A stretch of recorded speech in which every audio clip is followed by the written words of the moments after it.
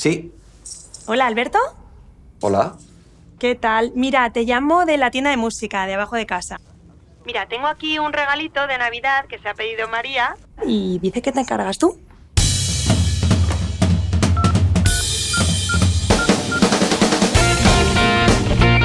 Sí, es mi padre, sí. ¿Un telescopio? ¿Cómo que una nevera? No, Frost.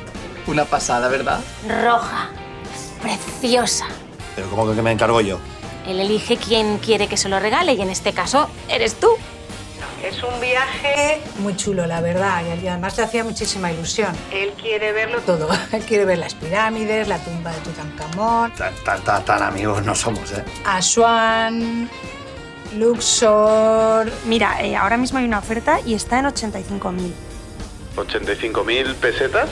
85.000 euros, Alberto.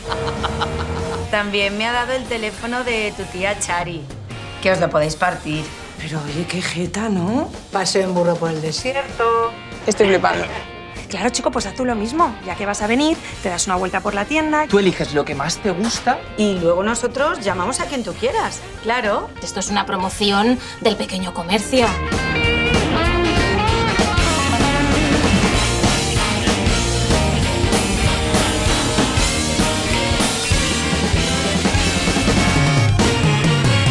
Que es su ilusión desde niña, dice.